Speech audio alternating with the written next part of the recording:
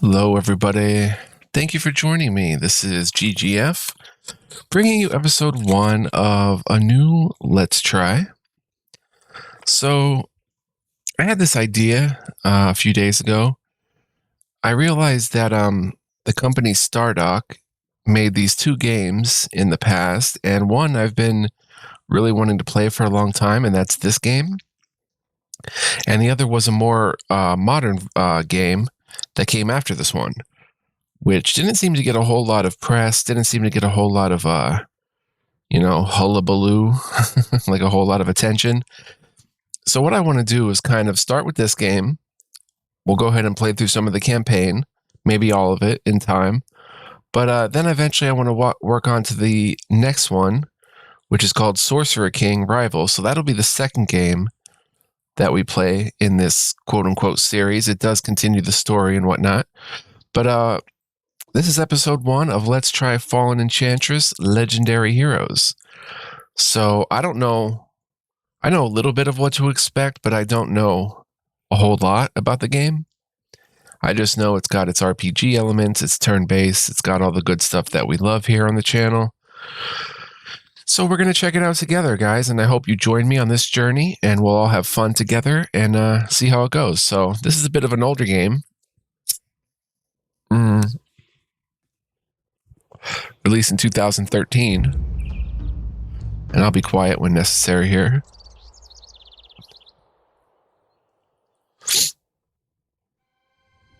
The world of Elemental is devastated, broken by a war of magic. Scattered across the desolation are channelers, beings capable of accessing the shards and the magic they contain. This ability has made them mighty sovereigns of the kingdoms and empires who seek to spread their dominion across the world.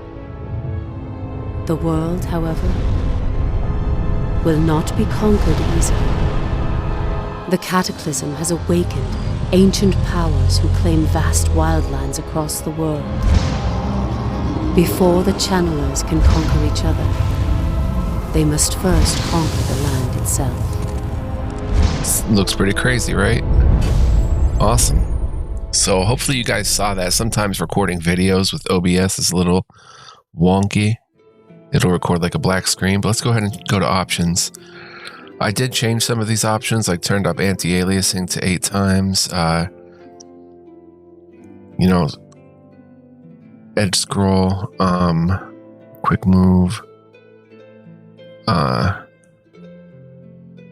Let's see, let's look at the advanced options. I thought there was a borderless window option, but maybe not. Let's turn the map texture atlas size up. Overgrown amount of ground cover.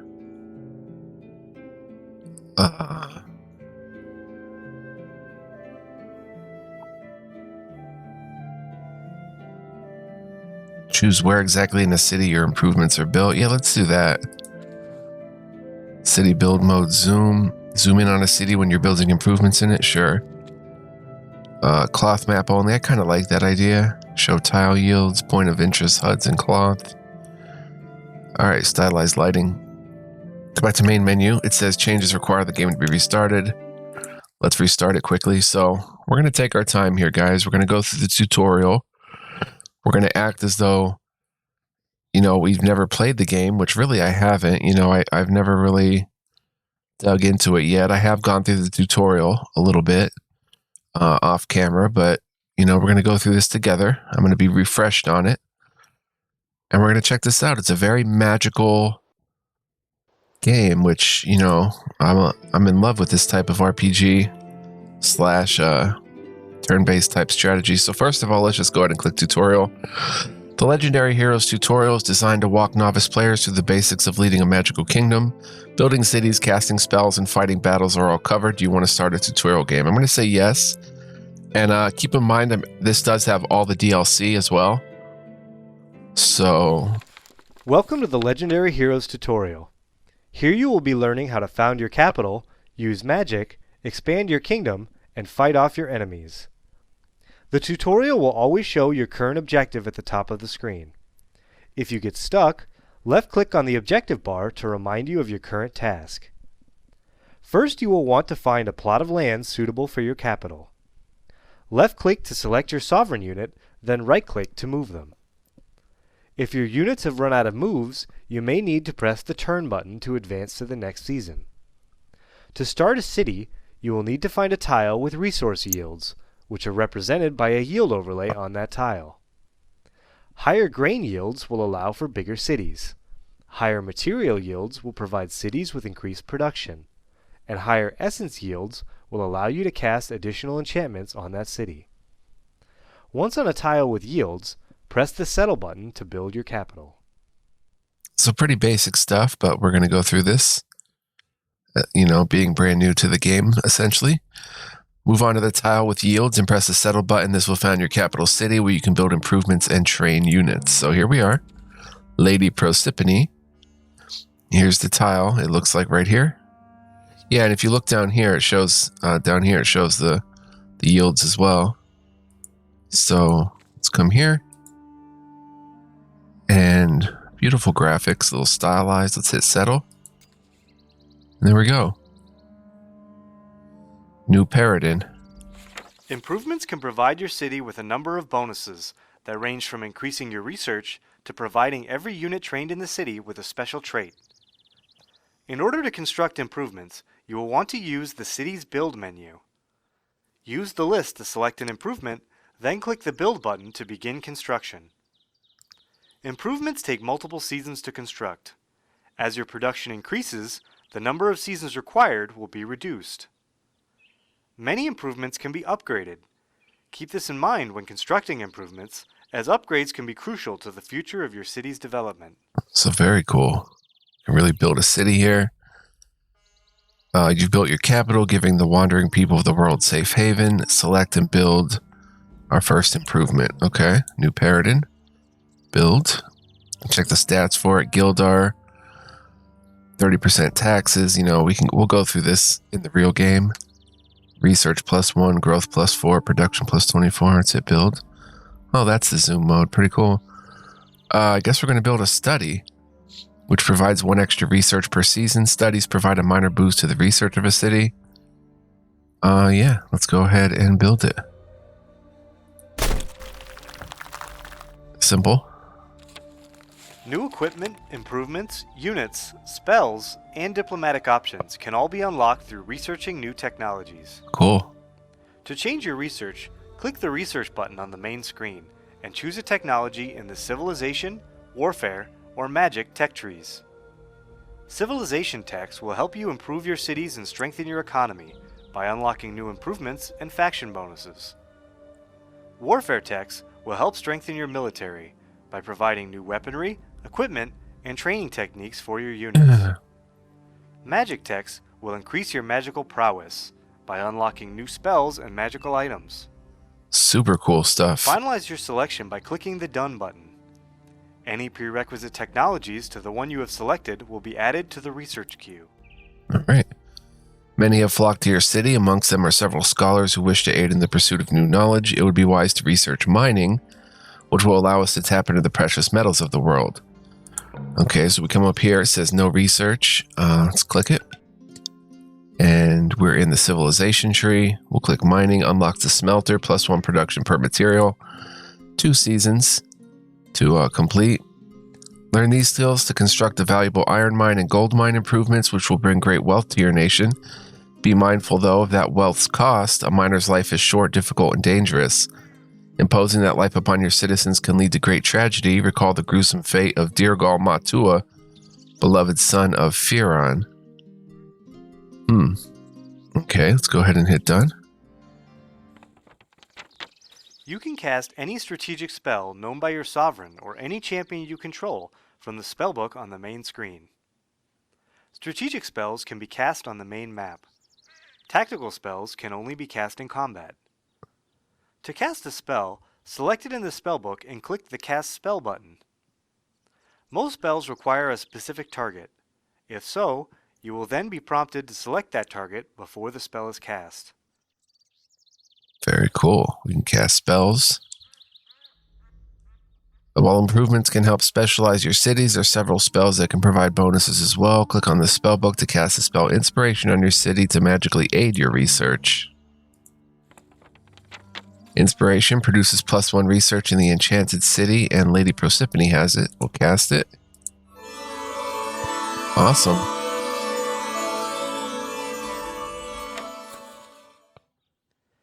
As you explore the world, you will come across notable locations. Most hold lost treasures, including equipment, items, or resources. I love it. They can be identified by the green treasure chest icon that hangs above them. To claim a notable location, simply move a champion or your sovereign unit onto that tile. Cool. Let's do it. Okay, now that your city is growing and you're researching, it's time to explore the world. Move your sovereign to the east where an equipment cache is rumored to hold lost treasure. Can we WASD? No, we can't. Okay. Equipment cache. Here lie a stack of crates bearing the insignia of the Free Riders, those fierce, unforgiving warriors who roam the wastelands, determined to bring order to chaos.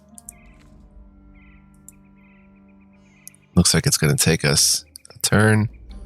New technology researched. Workshops are a much needed cog in the machine of city production. Build them early and often. Cool.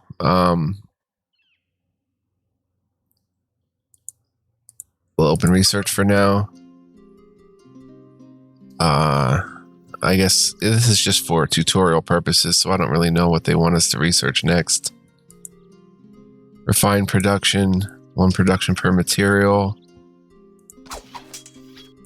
We can go into warfare training, magic shard harvesting. This breakthrough in the arcane arts gives players the ability to construct shard altars. This allows each player to begin harvesting the mana from shards. Yeah, plus, yeah, let's go ahead and do this. Well, we'll just hit cancel for now.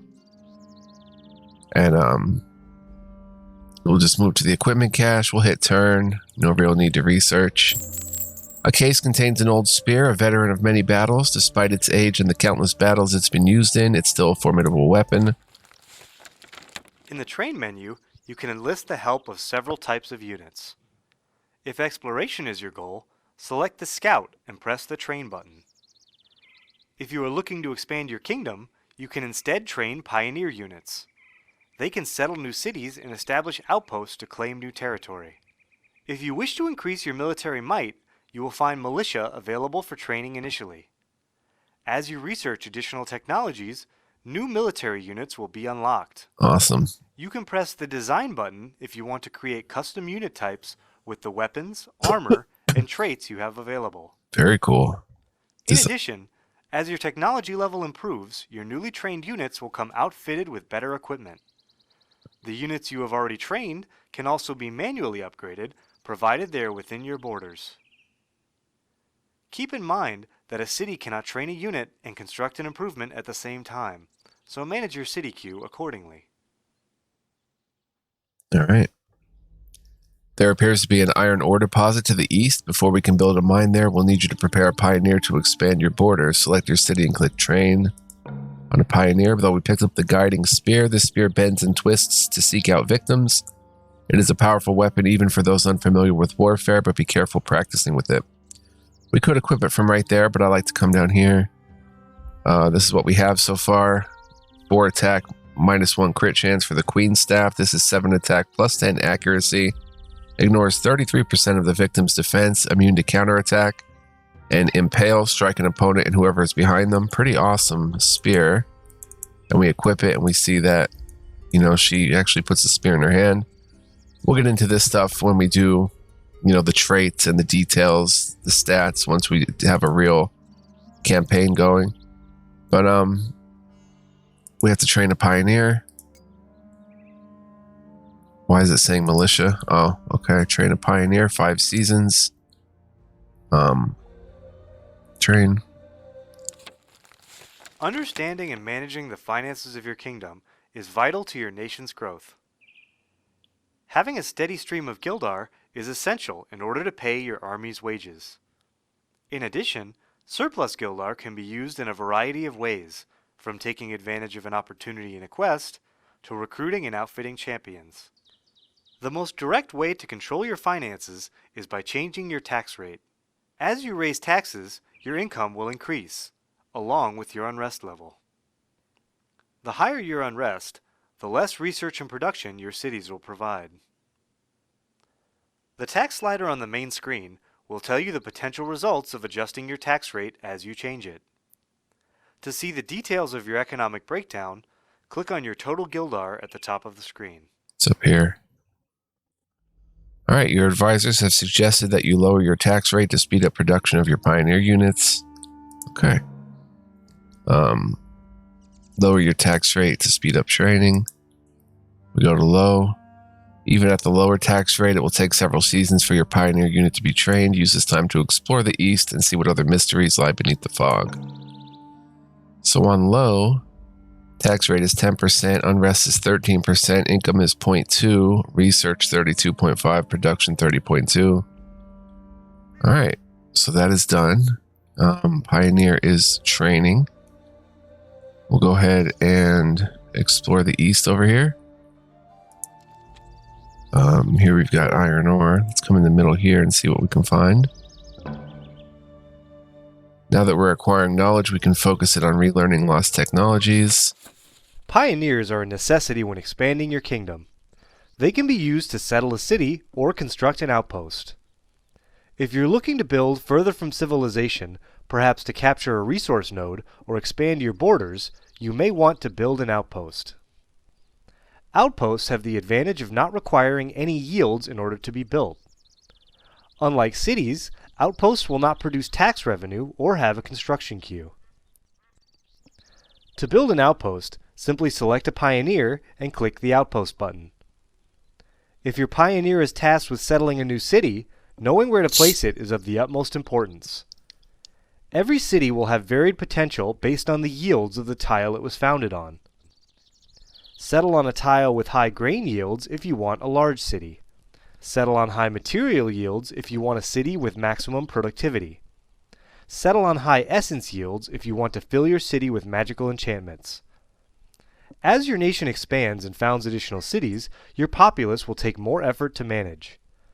This will lead to a global increase in unrest levels for each new city you construct. To found a city, select a pioneer and click the Settle button. Be wary when placing a city or outpost near a monster's lair. If your borders expand over a lair, it will release the monster to roam and attack your realm. Huh. Interesting. And guys, if I sound a little weird, it's because I have an infected, broken molar in my mouth. Sorry about that. To build an outpost, send your newly trained pioneer to the east. When next to the iron ore deposit, select the pioneer and press outpost. Okay, and we have to,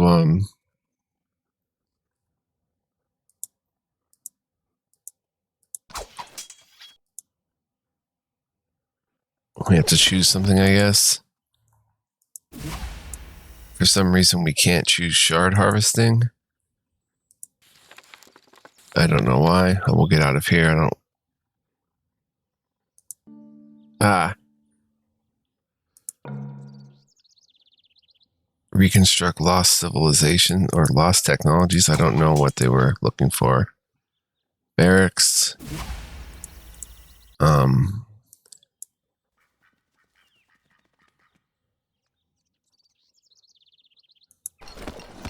Do we have shard harvesting? I can't tell.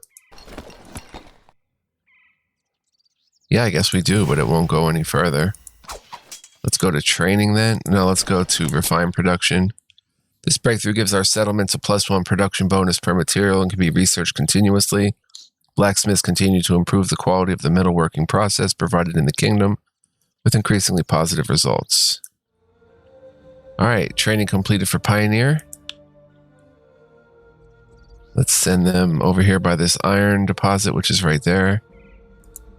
Send them there. Send your Pioneer to build an outpost near the iron ore deposit. That is right there. Pioneer to build near the iron ore deposit. Domestic events. Construction complete on. See, we would do all this. You know, I would come in here, build a new thing, but we're just doing the tutorial. So let's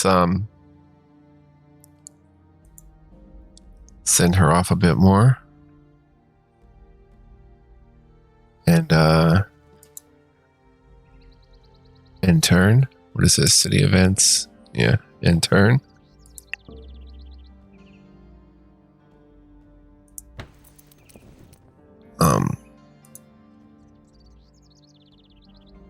Okay, they take more time to get there. We'll come over here.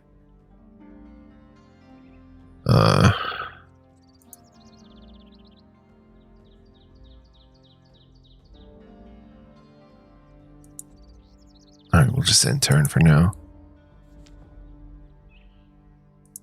Bring them right here. I guess this is close enough to hit outpost. Boom.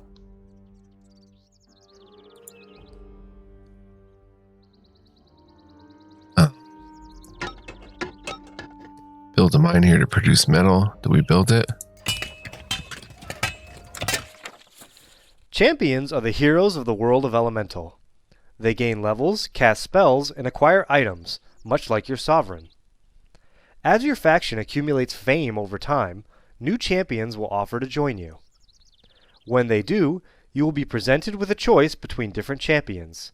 Cool. Pick wisely, as there is no guarantee the ones you decline will return in the future. Interesting. You can increase your nation's fame by building certain improvements, and by completing quests. All Quests right. can be found scattered throughout the world, and are easily identified by the scroll icon above their tile.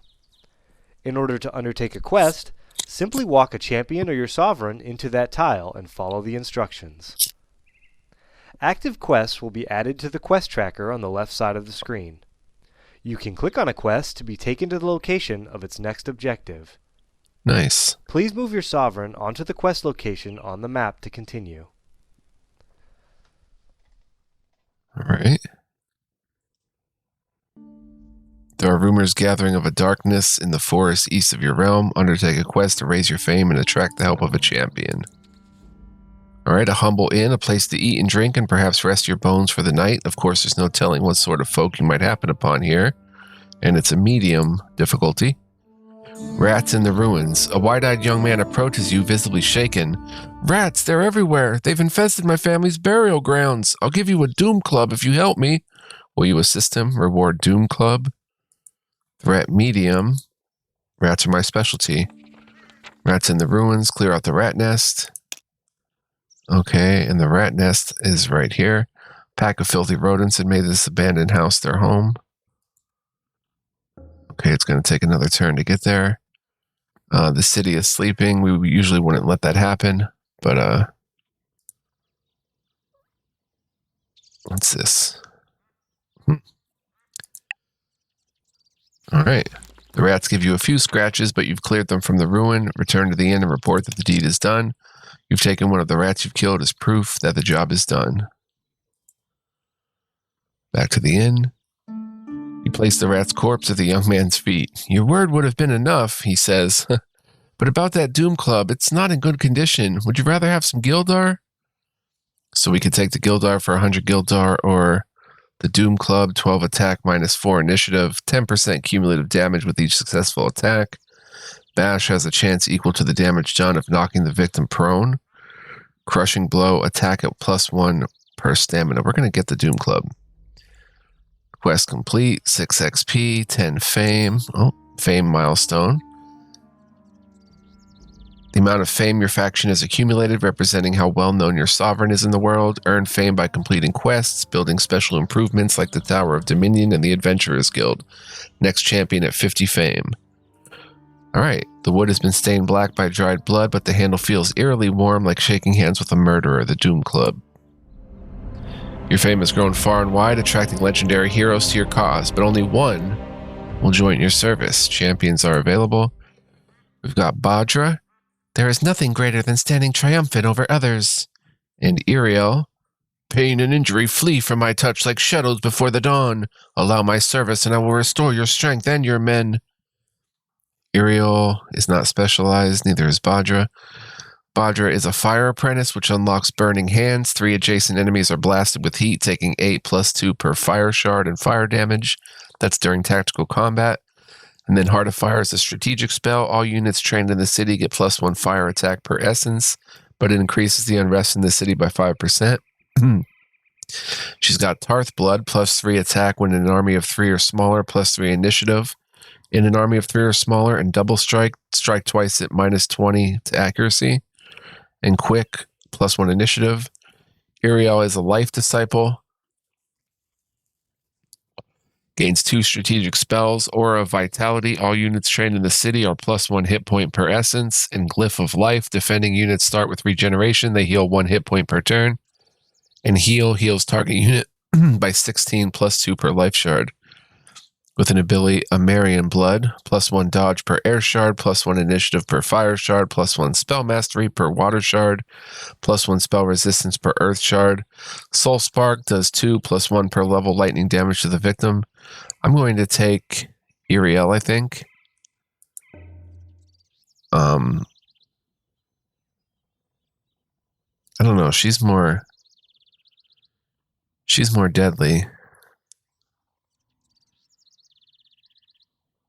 And she has to be in a small army. Well, it's just for the purposes of the tutorial. We'll recruit Iriel. There are many threats in the world of Elemental, including enemy factions and monsters who owe allegiance to no one. No matter the enemy, there are common things you should watch out for when judging the potential danger of any unit. As a first indicator, all units in the game are broken into one of 5 increasing threat levels: weak, medium, strong, deadly, and epic. Wow. In general, units will find a fairly even fight against enemies with the same threat level, while they will struggle against units of a higher level.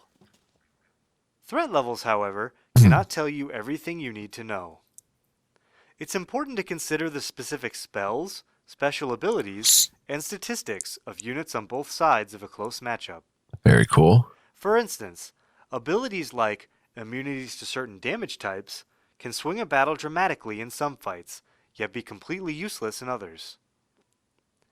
Choosing the correct battles to engage in, and those you should avoid, will be essential to ensuring your victory. So, we love stats here on the channel. The rumors are true. A deadly earth elemental is awoken in the eastern forest, and your sovereign and champion to attack the monster before it threatens your kingdom. So we'll take her and combine with Iriel, or Iriel can combine with her. Okay, so that's the army. Lady Prosiphane's army. Let's go to equip and maybe give... I'm not going to get into all the stats right now. Let's see. Wellspring Scroll. He has all allies heal 12 hit points plus 4 per life shard. And I guess he can't use the Doom Club. I was going to give him the Doom Club. I'm going to keep the Guiding Spear, I guess. My bad. Anyway, let's... where's the Earth Elemental? Oh, over there somewhere.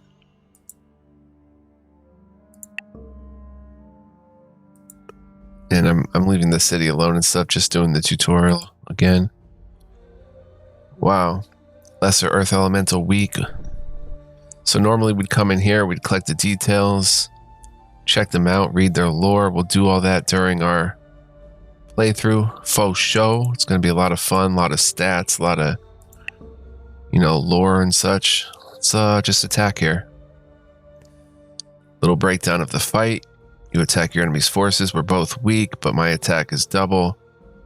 And it's 2 versus 1. We can auto-resolve some battles. We'll just battle. Here's combat. Tactical battles pit 2 opposing forces against each other, giving the player more control over the outcome of combat. Units take turns based on their initiative values. The higher the initiative, the sooner a unit will be able to take its turn. During a turn, the active unit can move a number of tiles up to its maximum moves, and then take an action. Actions consist of attacking, casting a spell, or using a special ability, and are displayed at the bottom of the screen near the current unit's portrait. Where you position your units during battle is of vital importance. By surrounding an enemy, you can provide swarm bonuses for your units during melee attacks.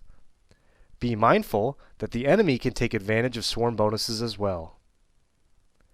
The initiative list on the left side of the screen can be used as a reference for what order units will be taking their turn. In addition, Some spells have casting times. When you are channeling a spell with a casting time, you can use the initiative list to check when it will finish casting. That's very cool.